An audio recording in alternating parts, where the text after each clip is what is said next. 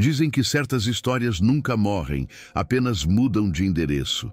Primeiro surgem como sussurros nos corredores, depois se transformam em olhares desconfiados diante de um espelho antigo, e então ganham vida quando alguém ousa desafiar o silêncio. Nesta noite, 3 versões de uma mesma lenda se entrelaçam em lugares diferentes. Uma escola esquecida, um hospital marcado pela dor e um prédio comercial que guarda ecos do passado. Em comum, há sempre um perfume doce, cabelos claros que aparecem onde não deveriam e a sensação perturbadora de que alguém observa de dentro do reflexo. Aqueles que viveram esses encontros garantem que nada foi invenção e que a cada batida de porta, a cada palavra escrita no vidro, a presença dela ficava mais forte. Agora, resta apenas a pergunta: até onde você teria coragem de ouvir sem olhar para trás?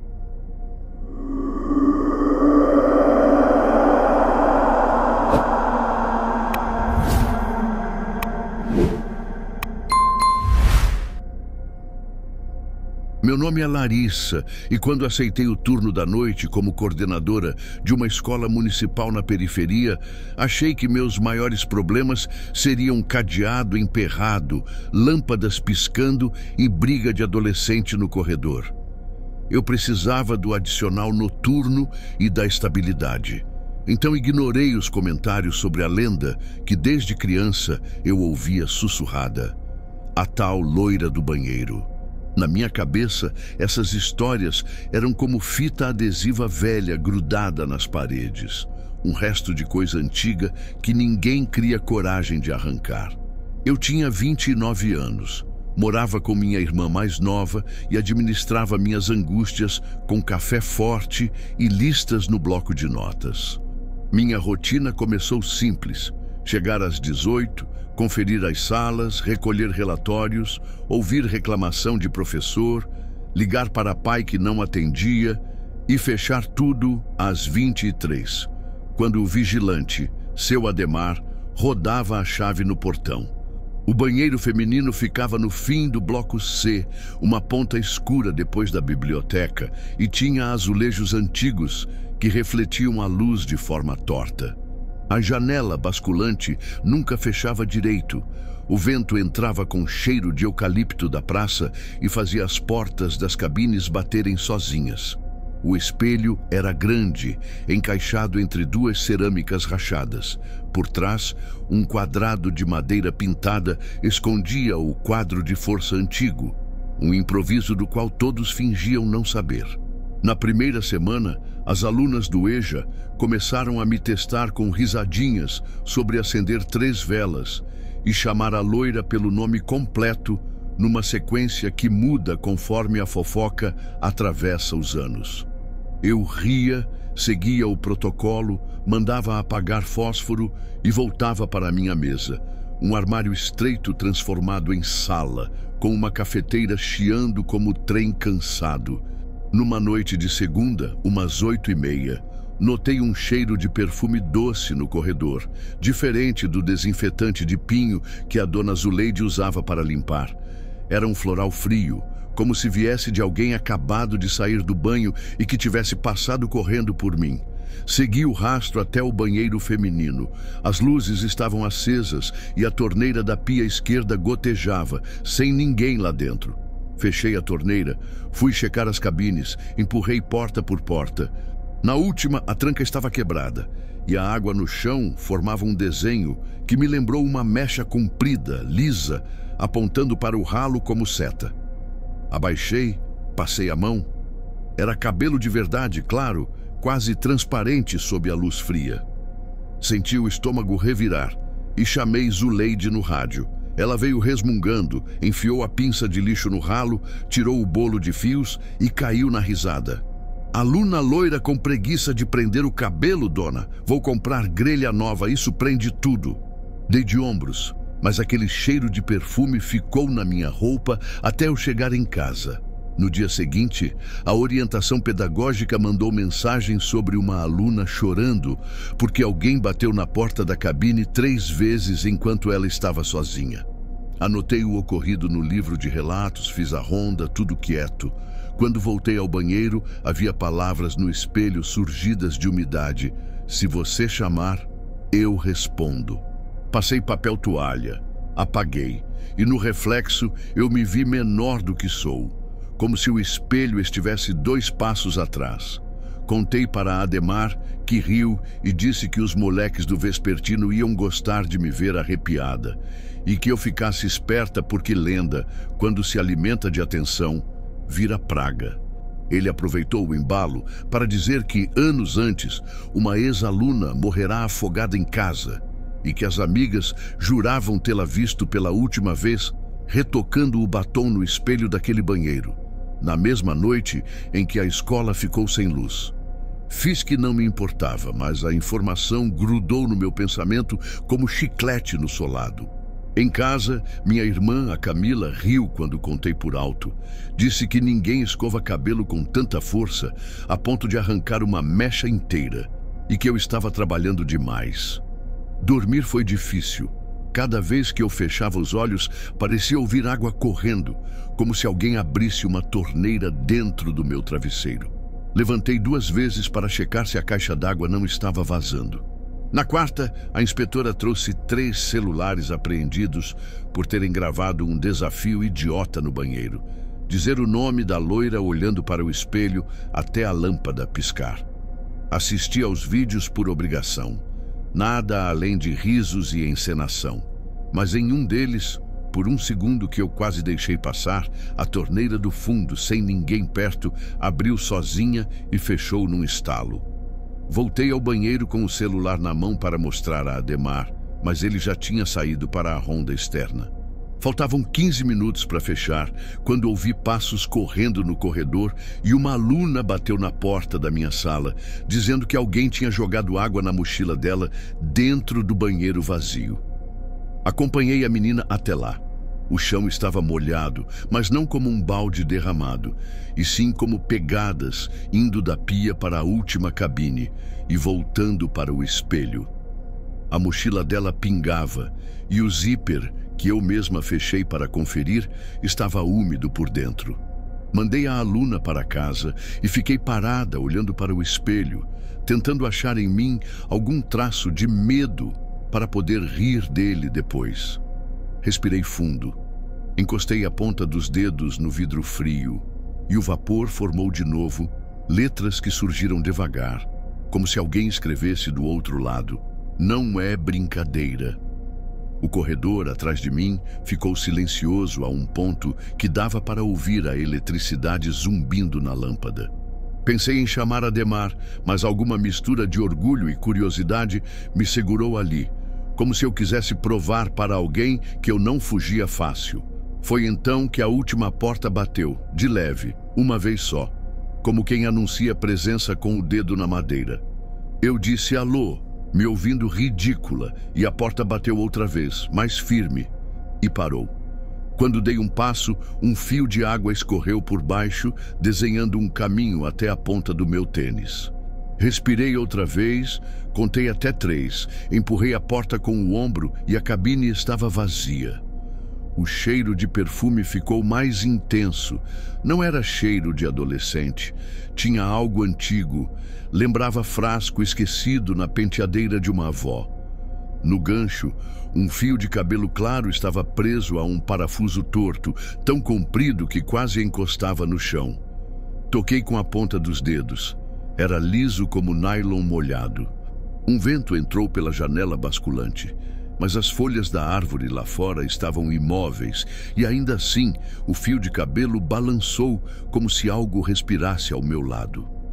Saí da cabine com o coração na garganta e fui direto para a torneira para lavar as mãos, num gesto bobo de quem quer se livrar de uma sensação grudenta.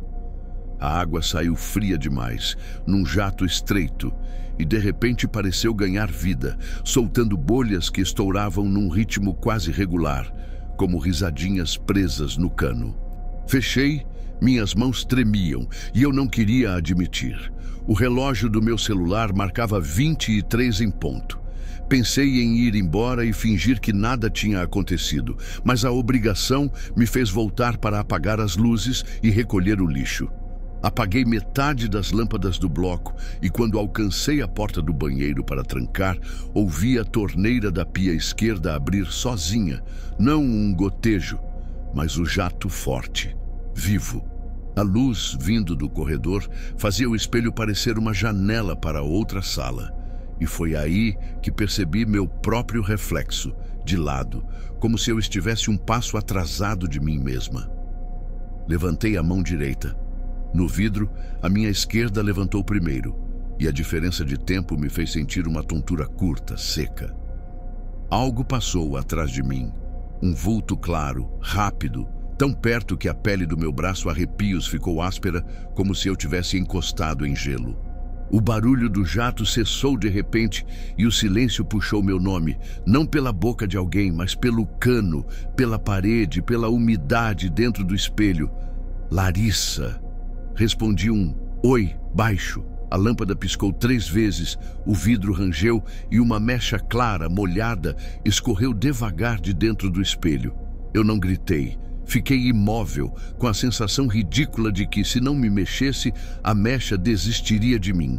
Ela escorria do espelho como um fio de algas, pingando no tampo da pia, deixando um rastro frio. O cheiro de perfume antigo ficou tão forte que ardeu atrás dos olhos. Fiz força para me afastar e minhas pernas demoraram 1 segundo a obedecer. Toquei o rádio na cintura, chamei o Ademar, mas o chiado engoliu meu chamado, como se o próprio cano respondesse no lugar dele. O fio deslizou mais, roçando minha mão molhada. Chega, eu disse em voz baixa, tentando soar adulta. Apaguei a luz, acendi de novo e a mecha sumiu, mas a água da torneira abriu sozinha, saindo gelada como riso preso. Fechei a torneira já sem delicadeza. Travei a porta para fora e desci pelo corredor sentindo cada lâmpada piscar dentro do meu estômago. Encontrei Ademar perto do portão, ele mascava pastilha de hortelã e segurava o molho de chaves como quem segura rosário. Contei rápido, omitindo a parte do cabelo. Ele balançou a cabeça, disse que tudo naquele bloco sempre soou oco e que era melhor deixar as luzes acesas até o dia clarear. Insisti para voltarmos juntos. No caminho, perguntei se ele lembrava da ex-aluna afogada. Lembrou do velório, da mãe abraçada a um pente, jurando que a filha nunca saía sem escovar o cabelo enquanto olhava o próprio reflexo. Quando abrimos a porta do banheiro, estava tudo seco, como se alguém tivesse passado pano. Ademar assobiou, teatral, e tirou do bolso um Santo Antônio minúsculo que usa como chaveiro. Encostou o santo na moldura do espelho e disse: "Se tiver viva, fala." Eu revirei os olhos, mas minhas mãos estavam frias. Prometi para mim mesma que no dia seguinte chamaria um eletricista, mandaria consertar a janela basculante e trocaria o espelho por 2 menores. Ele sugeriu colar um papel pardo por cima para tirar a graça da molecada. Deixamos a porta encostada. No caminho de volta, uma das portas do corredor abriu sozinha. Era a biblioteca. O cheiro de mofo misturado ao perfume doce veio num sopro único. Na minha sala, fiquei encarando a caneca de café como quem olha poço, escura, imóvel, cheia de silêncio. Em casa, lavei o rosto por muito tempo, como se pele pudesse guardar água dos outros. Camila percebeu meu jeito e perguntou o que tinha acontecido. Respondi que a escola estava precisando de reforma, que as coisas velhas pedem atenção, que espelhos antigos guardam a luz torta da gente. Ela me trouxe um cobertor e ficou no meu quarto, mexendo no celular até eu apagar. Sonhei com basculantes que nunca fecham, com pias que respiram, com um salão comprido onde eu corria e o corredor sempre dava no mesmo banheiro. Acordei com a sensação de que meu cabelo estava molhado, mas era só suor frio. Antes de sair, tranquei meu cabelo num coque firme, como se fosse um segredo. Passei o dia pedindo orçamento, ouvindo "tem que quebrar a parede, esse quadro de força é peça de museu, ninguém usa mais espelho colado assim". O diretor me respondeu com emojis de preocupação e promessas vagas de verba. À noite, eu e Dona Zuleide ficamos sozinhas mais tempo que o normal. Ela esfregava o chão do bloco C em círculos metódicos, cantando baixinho uma música de rádio antiga. Comentei do cheiro de perfume e ela ficou séria. Disse que às vezes o produto de limpeza reage com encardido velho e libera cheiro doce, igual casa de tia que guarda roupa em sacola de plástico. Na hora, a torneira da pia esquerda tossiu bolhas como uma garganta. Zuleide passou o pano, mas não olhou para o espelho. Foi quando um grupo do EJA pediu para usar o banheiro antes da prova de matemática. Acompanhei as 4 mulheres até a porta e fiquei do lado de fora, tentando parecer só presença sem vigiar. Risadinhas nervosas, descarga, sabão. De repente, todas ficaram em silêncio. Bati de leve, perguntei se estava tudo bem. Uma delas respondeu com a voz fina que o espelho estava embaçando e as palavras estavam aparecendo de novo. Entrei. No vidro, em letras que pareciam nascidas do próprio vapor, lia-se: "Qual delas chama por mim?". Eu sorri sem achar graça. Peguei papel, tentei apagar, mas as letras surgiam debaixo do papel, como pele tatuada. "Ninguém chama", falei. A água de todas as torneiras abriu ao mesmo tempo. As alunas saíram apressadas, 2 quase tropeçando no rodapé solto. Fiquei e fechei as torneiras uma a uma, como quem amansa animal arisco. Quando cheguei à última, a do lado esquerdo, a água ficou morna de repente e veio com cheiro de cloro e perfume ao mesmo tempo. A superfície do espelho começou a tremer como pelica e a luz fez uma cicatriz branca atravessar o vidro. Toquei a trinca e senti um frio que me mordeu a ponta dos dedos. Atrás do meu reflexo, uma sombra clara moveu o rosto, mas o meu corpo ficou parado. Eu não virei. Eu sabia que, se virasse, veria alguém onde não havia ninguém. "Eu não te chamei", sussurrei, e a luz apagou sozinha. O gerador demorou poucos segundos para religar, mas foram segundos longos como corredor sem fim.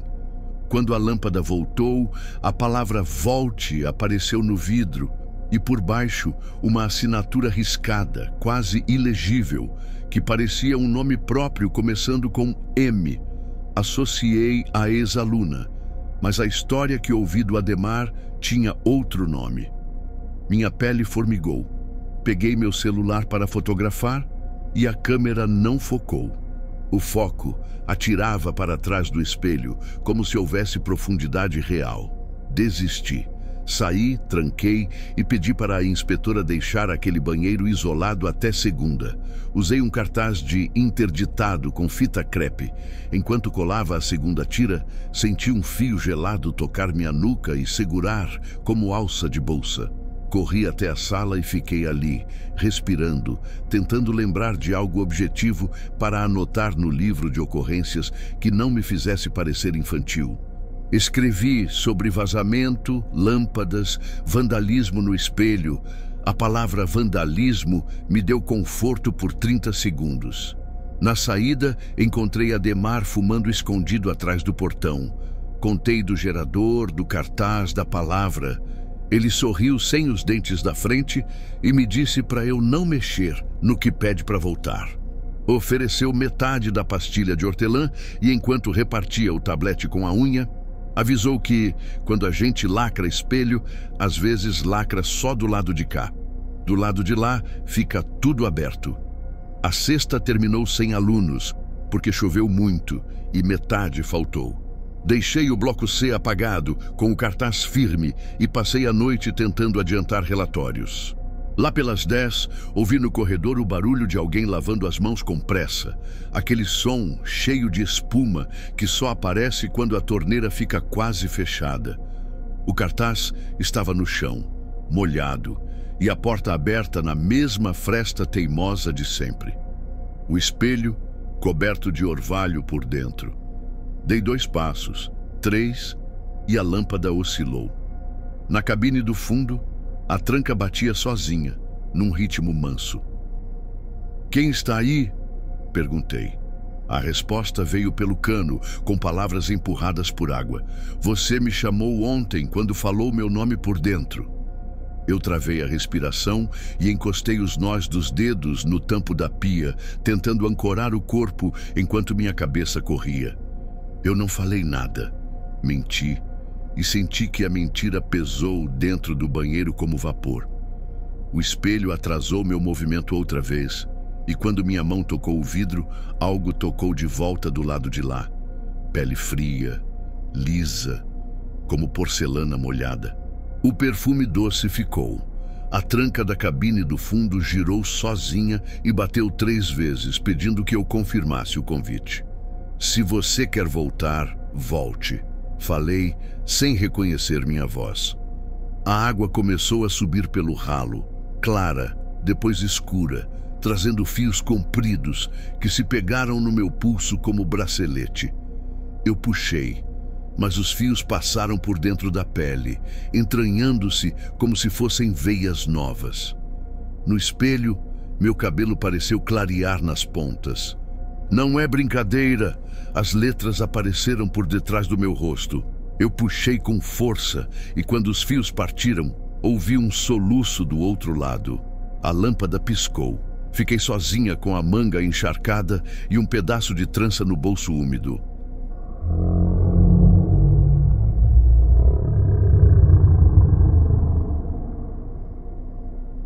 Meu nome é Rafael e durante 3 anos fui médico plantonista no pronto-socorro de um hospital público que cheira a éter, café requentado e esperança vencida. Eu costumava brincar que ali a noite tinha peso próprio, um ar antigo que gritava nas paredes com a mesma frequência que as sirenes das ambulâncias. A ala B ficava em um prédio mais velho, corredor comprido, azulejos altos e janelas basculantes emperradas. No fim desse corredor, escondido atrás de uma maquininha de gelo, havia o banheiro feminino mais silencioso do hospital.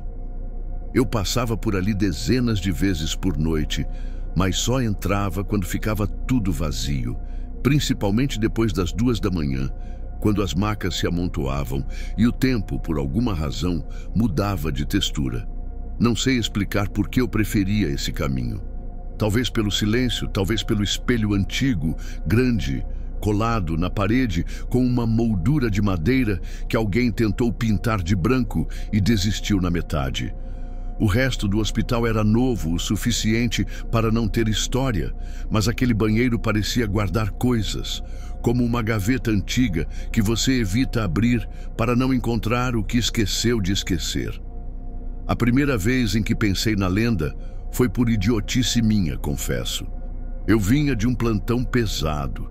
Tinha perdido uma criança para uma pneumonia fulminante e o barulho dos pais batendo na porta da reanimação ainda vinha comigo como maré.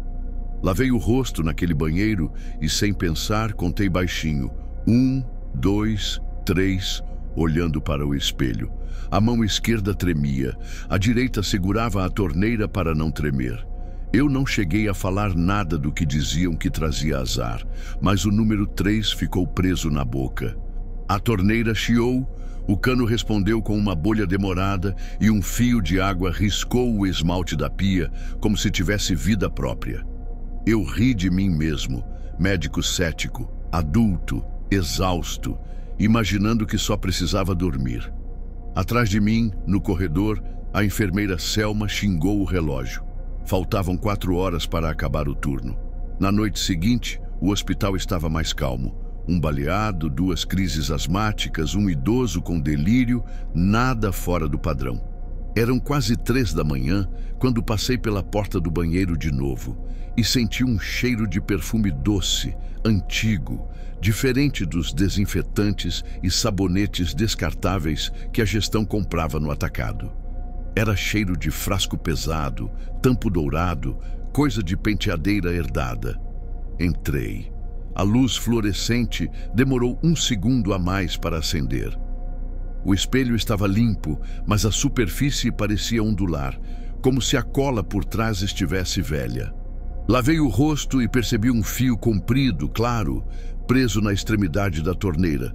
Enrolei no dedo, parecia nylon molhado.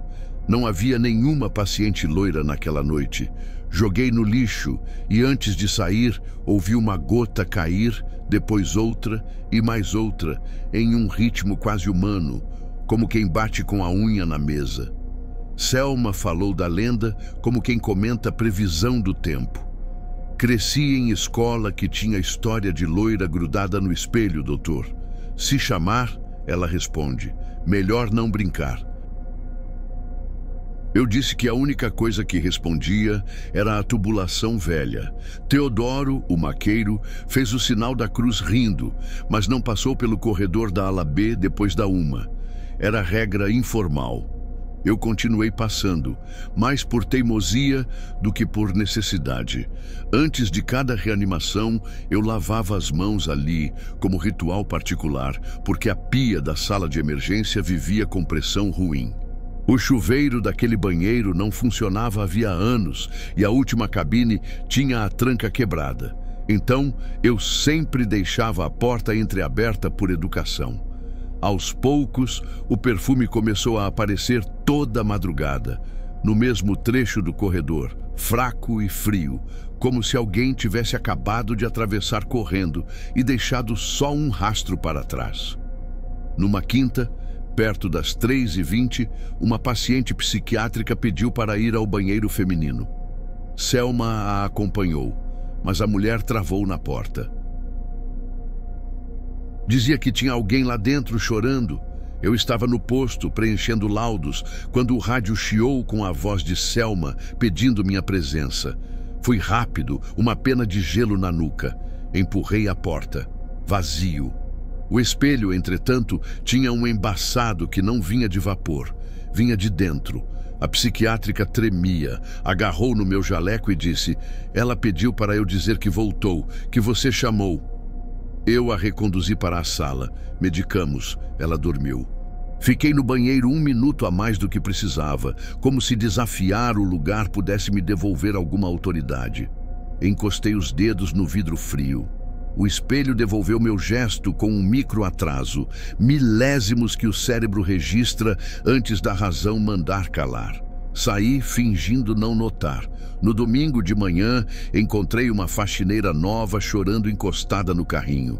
Ela disse que não queria mais limpar o banheiro da ala B porque o cabelo entupiu o ralo e prendeu minha luva por dentro. Mostrou a luva rasgada, resíduos de fios claros grudados na borracha tracionada, como se alguém tivesse puxado de dentro da parede. Anotei como ocorrência, chamei a manutenção, pedi para trocarem o sifão. O técnico me prometeu passar lá assim que der. Não deu naquele dia, nem no seguinte.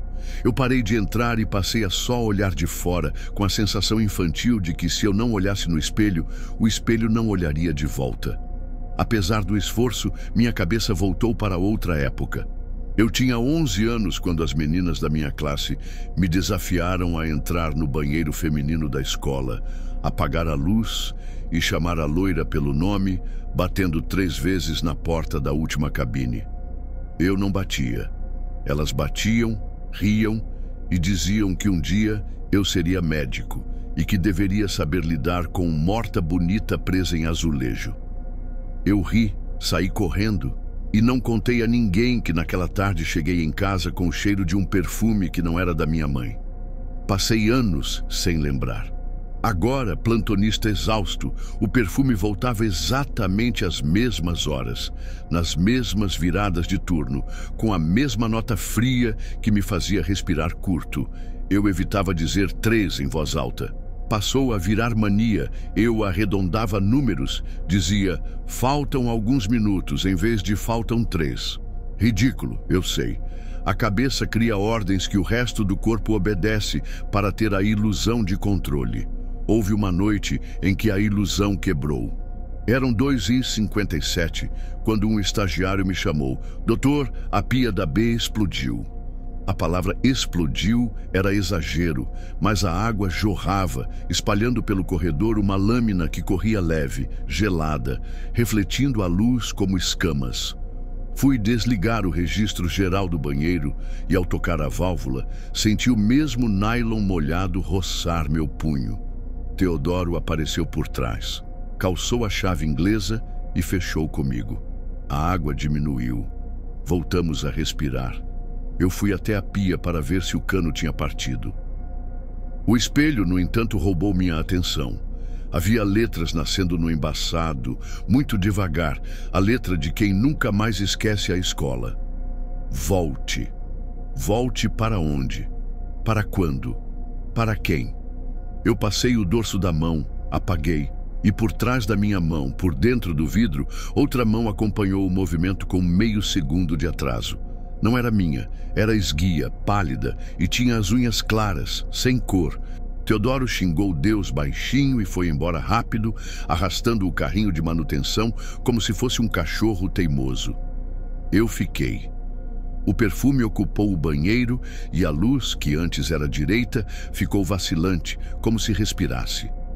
Um pingo caiu do teto, depois outro. Não havia infiltração ali. Olhei para cima. O teto devolveu um branco sujo. Quando voltei os olhos, uma mecha comprida tinha escorrido pelo espelho, devagar, pingando no meio da pia. A água correu em volta, desenhando um círculo. A mecha tocou o ralo e sumiu para dentro, deixando atrás de si um fio de corrente de ar que me gelou a língua. Eu devia ter saído, devia ter ligado para a manutenção, para a segurança, para o bom senso.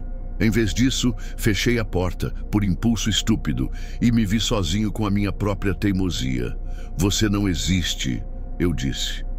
O espelho tremeu, como pele de gente que sente frio. As trancas das cabines começaram a bater, uma de cada vez, num ritmo que não era de vento. Lembrei do desafio das meninas e, por algum motivo, bati 3 vezes na última porta, leve, com o nó do dedo. O som voltou distorcido, como se viesse de um lugar longe, submerso. Foi você quem chamou, uma voz disse, mas não veio do ar, veio do cano. Selma gritou meu nome do corredor. Eu respondi que já iria. Toquei o espelho de novo. A mão do outro lado esperava, e quando nossos dedos se alinharam, senti algo puxar muito de leve, como uma maré que apenas promete. Um fio claro grudou no meu relógio e enroscou no metal. Tentei soltar. A água subiu 2 dedos no fundo da pia, embora a torneira estivesse fechada. Dentro da água, por uma fração de segundo, pareceu haver um rosto. Não totalmente, só boca e cabelo. Eu recuei. Esbarrei no carrinho da faxina que algum descuidado deixara ali. O balde tombou. E a água limpa virou rio pelo chão, correndo até meus sapatos. Selma apareceu na porta e perguntou se eu estava bem. Eu sorri da pior maneira possível, a dos adultos que escondem algo de si mesmos. Disse que era só a válvula, que tudo se resolveria pela manhã. Ela insistiu. O senhor está pálido. Eu disse que estava cansado. Ela foi embora devagar, como quem espera que eu a chamasse. Não chamei. Eu estava preso olhando para a palavra que se reescrevia no vidro sozinha. Volte. Do lado de fora, uma ambulância estacionou.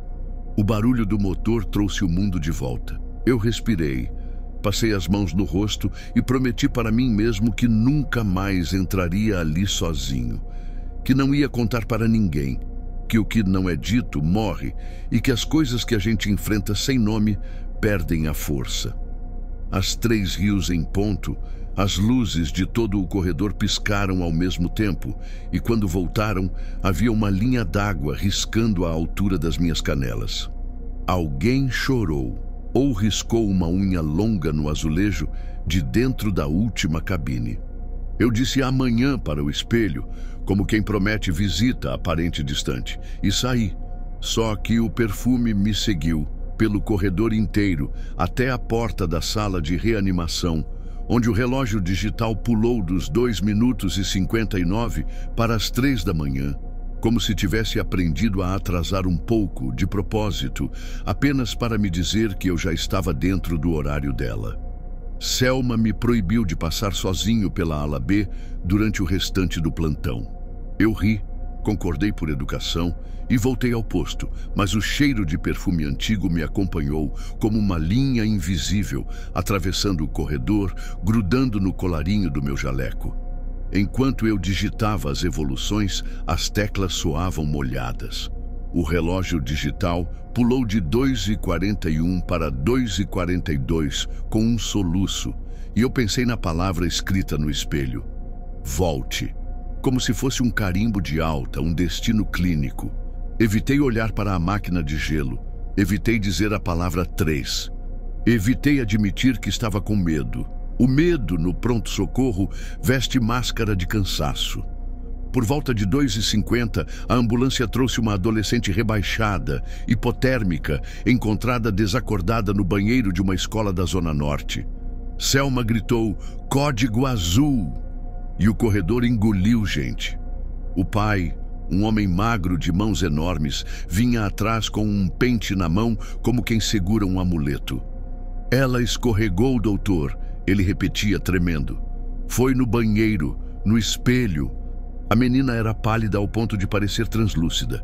Fios claros colavam no rosto, grudados por água e sabão. Quando aspirei, a cânula trouxe líquido frio com um cheiro perfumado que não combinava com água de torneira nem com desinfetante. Teodoro apertou o respirador. Selma fez adrenalina. Ritmo. Choque. Ritmo. O coração voltou fraco, querendo obedecer. Internamos na sala de emergência. O pai, o pente na mão. "Ela sempre penteia o cabelo na frente do espelho", ele disse, desculpando o mundo. Quando a menina foi estabilizada, Selma me lançou um olhar que dizia, "Não vá lá." Eu fui. Fui por uma mistura de orgulho e uma necessidade sem nome de atravessar a linha imaginária desenhada por uma palavra num vidro. O corredor da ala B estava mais frio do que o resto do hospital, como se o ar-condicionado estivesse dedicado a uma entidade particular. A porta do banheiro feminino estava fechada, coisa que quase nunca acontecia de madrugada. Toquei a maçaneta. A pele da minha mão aderiu como se o metal respirasse. Abri. A luz demorou 2 segundos para aceitar minha presença. Eu contei sem querer. 1, 2. Segurei a língua antes do 3. O espelho me devolveu com atraso, como em transmissão ruim. O embaçado vinha de dentro. Eu me ouvi dizer, "Não vou mais." A frase fez um eco que não era eco de azulejo, era eco de garganta molhada. Rastejando pela beirada do vidro, apareceu uma única palavra, desenhada de trás para frente, como se escrita do outro lado. "Fique." Me vi menor, com o jaleco grande no meu corpo, criança dentro de roupa de adulto. A torneira da pia central abriu sozinha. A água escorreu fina, constante, depois ficou mais grossa, trazendo bolhas que estouravam como risadas presas. Coloquei a mão sob o jato e a temperatura variou de frio a morno com uma intenção que nenhum registro do hospital saberia explicar. O perfume antigo se adensou até descer para a língua. Provei doce e metal ao mesmo tempo. As trancas das cabines começaram a vibrar, uma depois da outra, como se dedos percorressem portas em um jogo de achar. Eu não queria participar. Mesmo assim, dei 3 toques de leve na última, como quem confirma presença em chamada de turma. A madeira respondeu com um som de coisa coberta de água. Eu perguntei, "O que você quer?" E a resposta veio pelo ralo. "Que você aprenda a não me abandonar." O espelho ondulou e uma mecha clara escorreu de novo, pingou no tampo e procurou a boca do ralo como uma minhoca que volta para casa. Fui tomado por um impulso idiota e segurei o fio. Era liso, tenaz. Puxei com cuidado. O fio não acabava, saía mais e mais, como se puxasse um lenço amarrado a outro. Da profundidade de dentro do vidro, algo puxou de volta, delicado como a maré. Um barulho de maca no corredor me devolveu a consciência de onde eu estava e de quem eu era. Larguei a mecha. Ela caiu, aderiu ao esmalte da pia e sumiu com um soluço do ralo, como se alguém engolisse cabelo de dentro do cano. Fechei a torneira. Apliquei força de uma maneira que não se ensina em faculdade alguma. A água parou. A palavra no espelho trocou de forma, de fique para volte, como se fosse a mesma ordem dita por um médico a um paciente teimoso em ir para casa. O corredor respirou. Eu saí, encostei a porta e jurei para dentro que terminaria o plantão inteiro sem passar por ali. A jura durou 7 minutos. Teodoro veio correndo me chamar. A adolescente da escola tinha travado o maxilar, como se estivesse mastigando água. Voltei para a sala. A menina arfava com os olhos devolvidos para perto. Eu disse, vamos entubar, e minha cabeça separou em caixas. Uma faz procedimento, outra lembra de perfume. Quando deslizei o tubo, vi um fio claro preso no canto da boca dela, como linha de pesca. Puxei. O fio partiu com a mesma resistência do ralo. O monitor caiu para 30, 28, 25. Adrenalina, ritmo. O coração se comportou feito coração. O pai do lado de fora apertou o pente com tanta força que quebrou um dente. Não a deixe sozinha, doutor, ele pediu, e não sei se pedia a mim ou ao espelho da escola que tinha criado um funil em sua filha. Às 2h59, o relógio do posto travou 1 segundo a mais, como se esperasse por mim. Selma me segurou pelo antebraço. Não vá sozinho, ela disse. Se precisar, eu vou junto. Teodoro cobriu a menina com o lençol térmico e ficou com ela. Eu olhei para a porta da ala B e vi a maquininha de gelo cuspir cubos como dentes soltos. O hospital inteiro parecia mastigar a madrugada. Eu aceitei o braço de Selma. Fomos. Cada passo que eu dava, o corredor alongava como elástico velho. No banheiro, a porta já estava entreaberta, convidativa como armadilha. Entramos. Selma acendeu a luz e o interruptor fez um estalo tão alto que o som virou do outro lado uma resposta. O espelho, embaçado por dentro, mostrou 2 versões de nós, a real e a que chegava atrasada. Vai falar? Selma perguntou, meio rindo, meio rezando. Eu toquei o vidro. Do outro lado, uma mão esguia tocou o meu toque. Foi quando eu entendi que não estava sozinho no espelho e que Selma, embora a fé derivada da prática, via o que eu via. Quem está aí? Ela perguntou sincera, sem bravata. A resposta surgiu escrita no embaçado, letra de caderno antigo. Não me deixem. A água das pias abriu com pressão, como se a tubulação reconhecesse o pedido e resolvesse chorar por ele. Selma recuou, esbarrou na cabine e a tranca bateu 3 vezes sem que ninguém estivesse lá. Você chamou isso, ela disse, e eu não discuti. O som do rádio cortou o encantamento. Uma parada na sala ao lado, a adolescente. Selma saiu correndo. Eu fiquei. Fiquei como se meus pés tivessem sido concretados por gotas. Olhei a palavra no vidro e a palavra olhou de volta. Eu volto, prometi. E essa frase na minha boca tinha um gosto que misturava cloro, gelo e promessa de criança. Saí e corri para a emergência. A menina, cianótica, trazia pelo tubo um ruído que eu já tinha ouvido em outra parte da noite. Borbulhas de torneira velha. Fiz compressões, pedi droga, ajustei o respirador.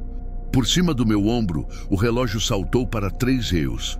E nessa hora exata, o cheiro de perfume antigo entrou na sala como se fosse uma médica atrasada que se oferece para um plantão extra.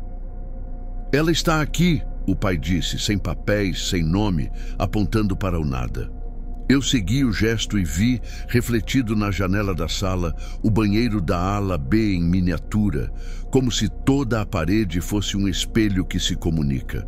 No reflexo, uma mulher de cabelo claro, escorrido, estava com o rosto colado no vidro, do lado de dentro. Eu pisquei e o reflexo virou só janela. Voltei para as mãos. O monitor regularizou. O pai desabou sobre a cadeira. Selma sorriu cansada. Voltou, ela disse, e o verbo caiu pesado como diagnóstico. A menina abriu os olhos por uma fresta de segundos, pupilas dilatadas, a língua procurando água. Pedi leito na UTI. Enquanto esperávamos a vaga, o pai, calado, ainda segurava o pente.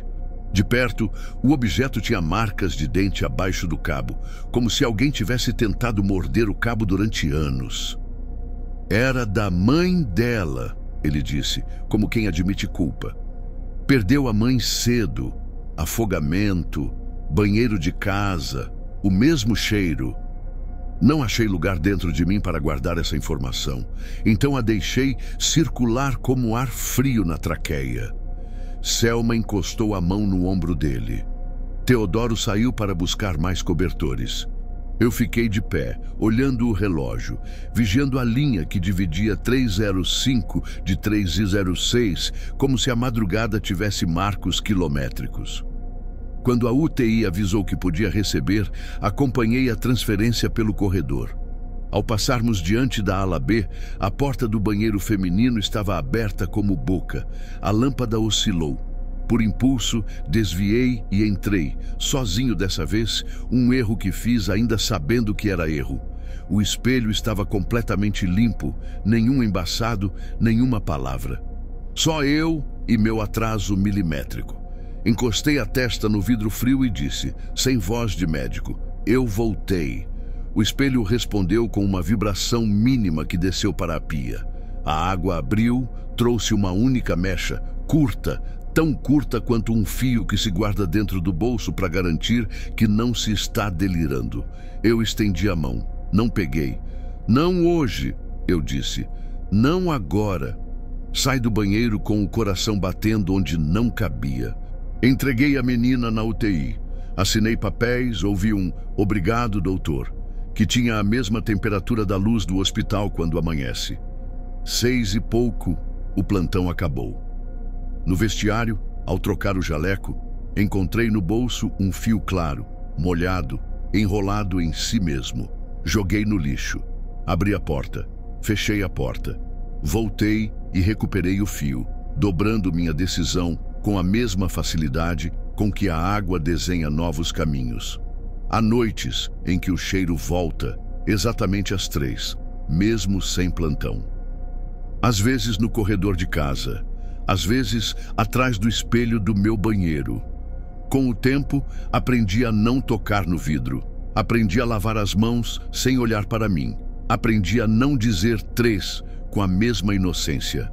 Selma diz que a menina saiu bem, que penteia o cabelo com cuidado e não entra sozinha em banheiro nenhum. Teodoro agora passa pela ala B de olhos baixos. O pai apareceu outro dia com um pente novo. Deixou na recepção sem bilhete.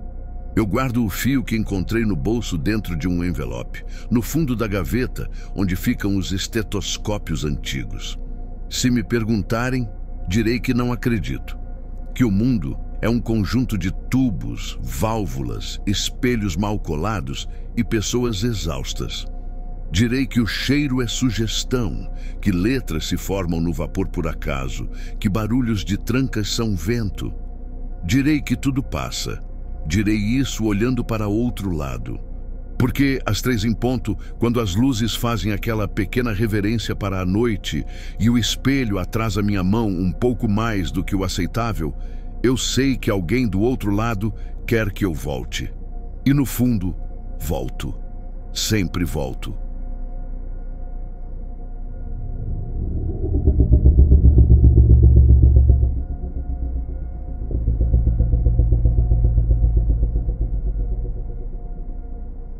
Meu nome é Beatriz, mas todos no prédio me chamam de Bia. Trabalho como recepcionista noturna num edifício comercial antigo, desses que ficam no centro, cercados de prédios modernos que parecem ignorar sua existência. Entro às 6 da tarde e saio às 6 da manhã, revezando com outro porteiro. A portaria é grande, com mármore no chão e luminárias antigas penduradas, mas a iluminação nunca é suficiente. Os corredores são estreitos e cheiram a umidade, como se as paredes guardassem chuva há décadas. Desde o primeiro dia, senti que havia algo estranho ali. Não era só a idade do prédio, mas um silêncio que se estendia mesmo com o barulho da cidade entrando pelas portas giratórias. Quem me treinou foi Dona Lourdes, da limpeza, uma mulher pequena, mas com braços fortes e fé ainda mais forte. Ela me ensinou como registrar entregas, como lidar com os seguranças e me contou que aquele edifício já tinha sido um colégio de freiras. Banheiro de colégio guarda mais segredo que confessionário, ela disse, me entregando uma chave mestra para os andares vazios. Ronnie, o vigilante, riu quando ouviu isso. Ele é um cara alto, cheio de tatuagens, mas no fundo parece ter mais medo que eu. Se ouvir barulho no 11º, chama no rádio. Sempre dá interferência lá. Deve ser os canos velhos. Eu não sabia ainda, mas o 11º andar se tornaria meu maior pesadelo. É o único que nunca foi reformado. Enquanto os outros têm paredes lisas e iluminação nova, o 11º conserva azulejos verde-água quebrados, portas descascadas e um espelho enorme no banheiro feminino colado direto na parede. A moldura de madeira está amarelada, como os dentes de um fumante. Nas câmeras, a imagem desse corredor parece sempre um segundo atrasada, como se o tempo se recusasse a passar ali. A primeira noite em que algo aconteceu foi chuvosa. Eu organizava correspondências atrasadas quando senti um cheiro doce, antigo, como perfume guardado em penteadeira de vó. Ergui os olhos e vi na câmera do 11º uma luz piscando dentro do banheiro feminino. Nenhuma empresa usava aquele andar. Ronnie foi conferir. Voltou dizendo que encontrou a torneira aberta e fios de cabelo compridos no ralo. Lourdes, ao ouvir, fez o sinal da cruz. Nunca fale nome nenhum lá dentro. Ela me advertiu séria. Fiquei repetindo aquilo na cabeça. Nome nenhum. Mas que nome ela achava que eu diria? 2 dias depois, um grupo de funcionárias do 9º andar reclamou que o banheiro delas estava sem papel e pediram para usar o do 11º. Uma delas disse ter ouvido risadas quando entrou sozinha. Eu e Lourdes subimos para repor o papel. O corredor estava frio e o banheiro tinha umidade acumulada no teto. Ao entrar, senti de novo aquele perfume enjoativo, tão doce que grudava na língua. A janela estava fechada, mas o espelho estava embaçado. Lourdes me olhou pelo reflexo e murmurou: "Não responde se chamarem." Não entendi, mas obedeci. Na pia, a água saiu gelada, depois morna, depois gelada outra vez, como se alguém brincasse com o registro escondido. No reflexo, vi minha mão se mover com atraso. Não era simples reflexo, era como se eu existisse em 2 tempos diferentes. Saímos rápido. No corredor, o rádio de Ronnie chiou com interferência. Ele dizia que o sensor do 12º tinha registrado o movimento, mas quando subiu, não havia ninguém. Naquela noite, tive dificuldade em me concentrar. Cada vez que olhava a câmera do 11º, o coração disparava.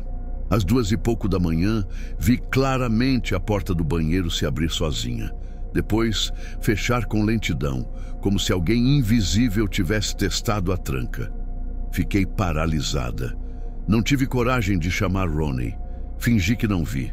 No domingo, fiquei sozinha por algumas horas, porque Ronnie precisou resolver confusão no estacionamento. Era quase 11 quando ouvi 3 batidas secas pelo interfone, como se viessem direto das paredes. Corri os olhos pelas câmeras. Nada em nenhum andar ocupado. Mas no 11º, a imagem falhou por 1 segundo, e quando voltou, a luz do banheiro estava acesa. Peguei a chave mestra, o rádio e o spray de pimenta que guardo na gaveta. Subi. O elevador demorou mais do que o normal. Durante a subida, senti de novo o cheiro do perfume, mais forte do que nunca, como se alguém tivesse acabado de borrifar dentro da cabine. Quando as portas se abriram, o corredor parecia mais comprido, as luzes mais fracas. O som de gotejo me guiou até o banheiro. A porta estava entreaberta. Empurrei devagar. A lâmpada piscava, a água escorria da pia central. Aproximei e foi quando vi.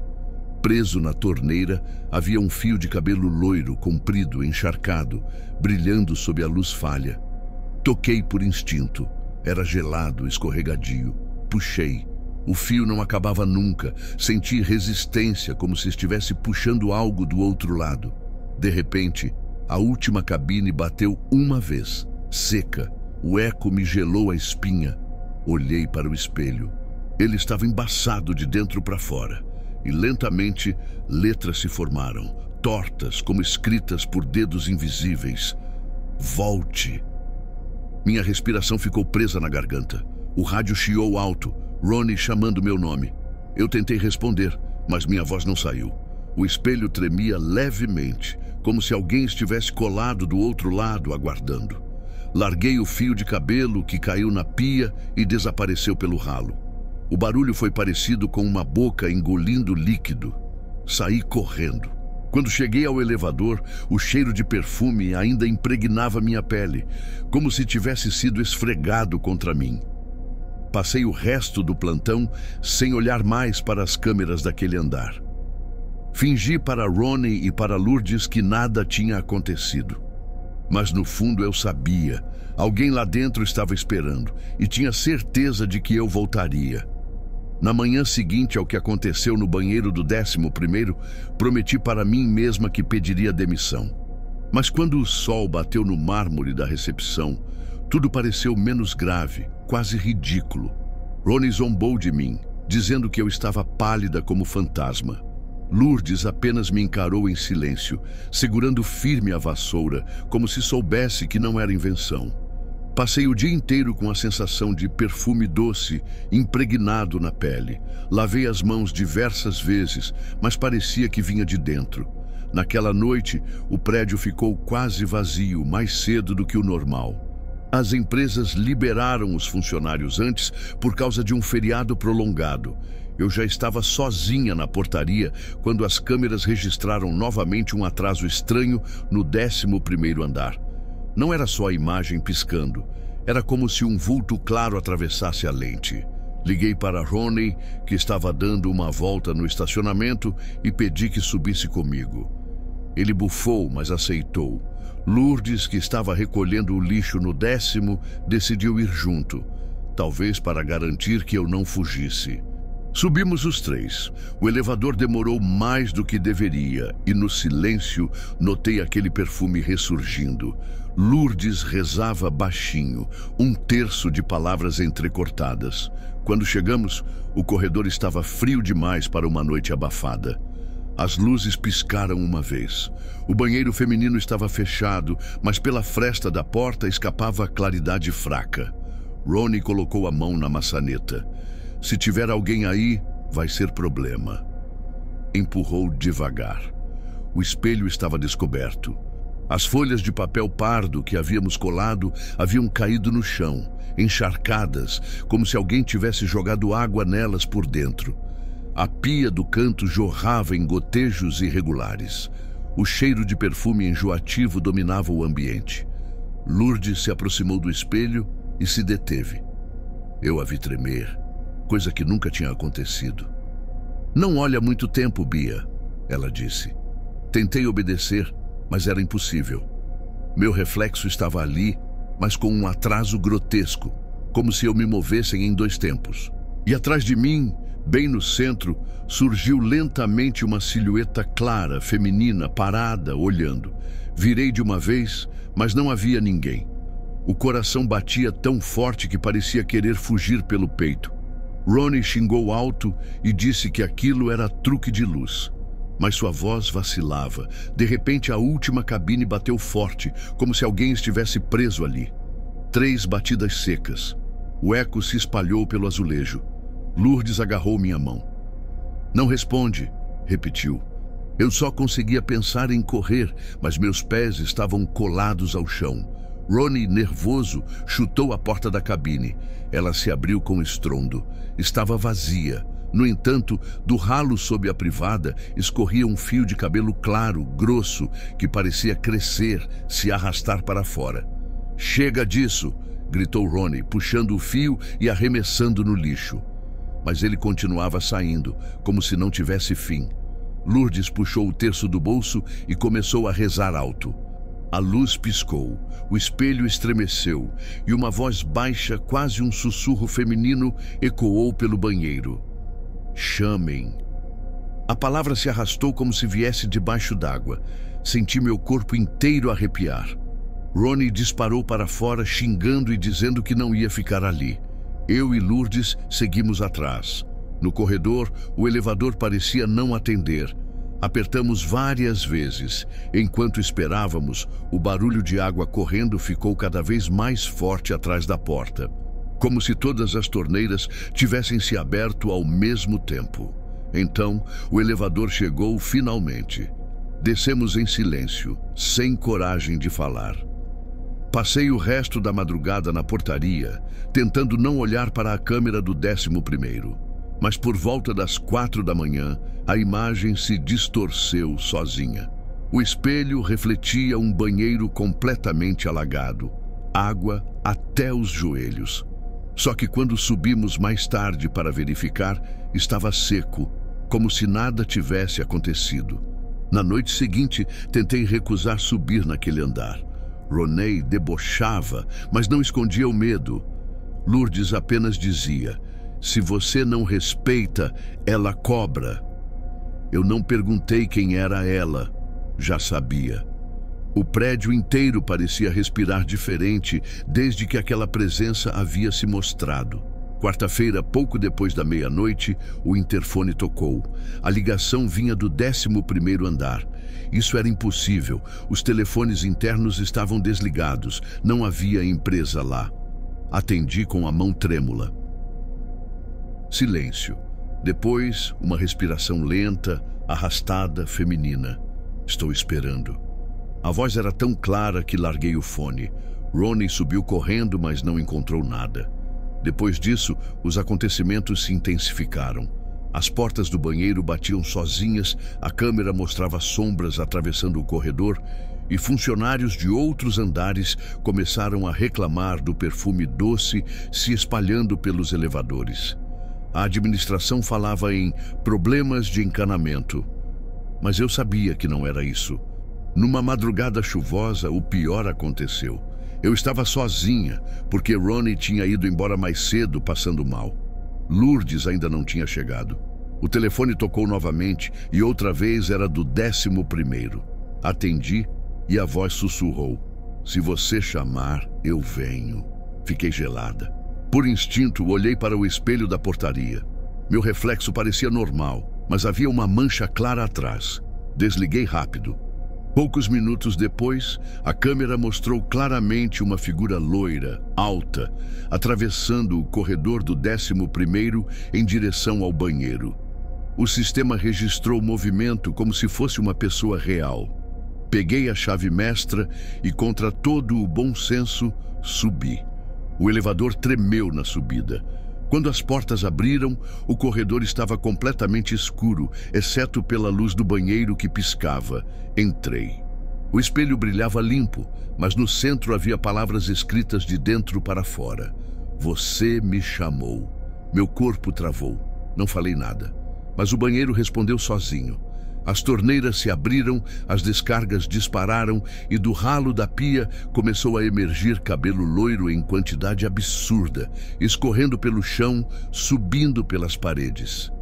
Senti fios frios roçarem meu tornozelo. Corri até a porta, mas ela bateu sozinha, trancando. O espelho começou a se distorcer, mostrando não mais meu reflexo, mas o de uma mulher de vestido branco, cabelos longos e encharcados, cobrindo o rosto.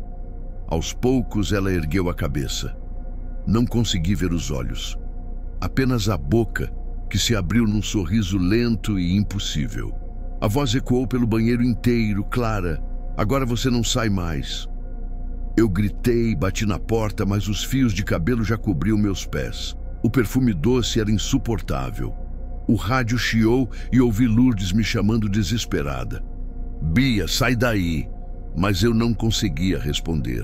O espelho tremeu uma última vez e a mulher do outro lado avançou contra o vidro como se quisesse atravessá-lo. O som foi de rachadura. O reflexo da minha própria imagem se partiu em pedaços. A porta de repente se abriu. Caí para o corredor, arfando. Atrás de mim, o banheiro estava silencioso, seco, como se nada tivesse acontecido. O espelho estava inteiro novamente. Lourdes apareceu correndo, me ergueu pelos ombros e me puxou para o elevador. Eu disse para não chamar. Ela repetia, ofegante.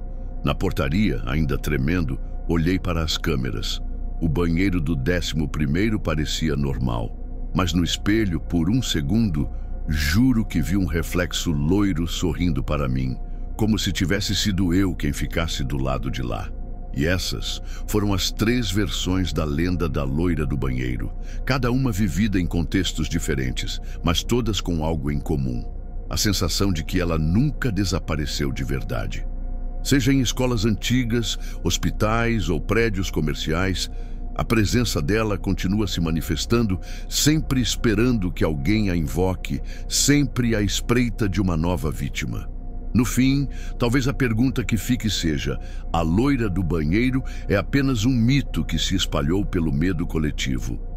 Ou é uma entidade real que se alimenta justamente dessa crença, ganhando força cada vez que alguém se arrisca a chamá-la diante do espelho?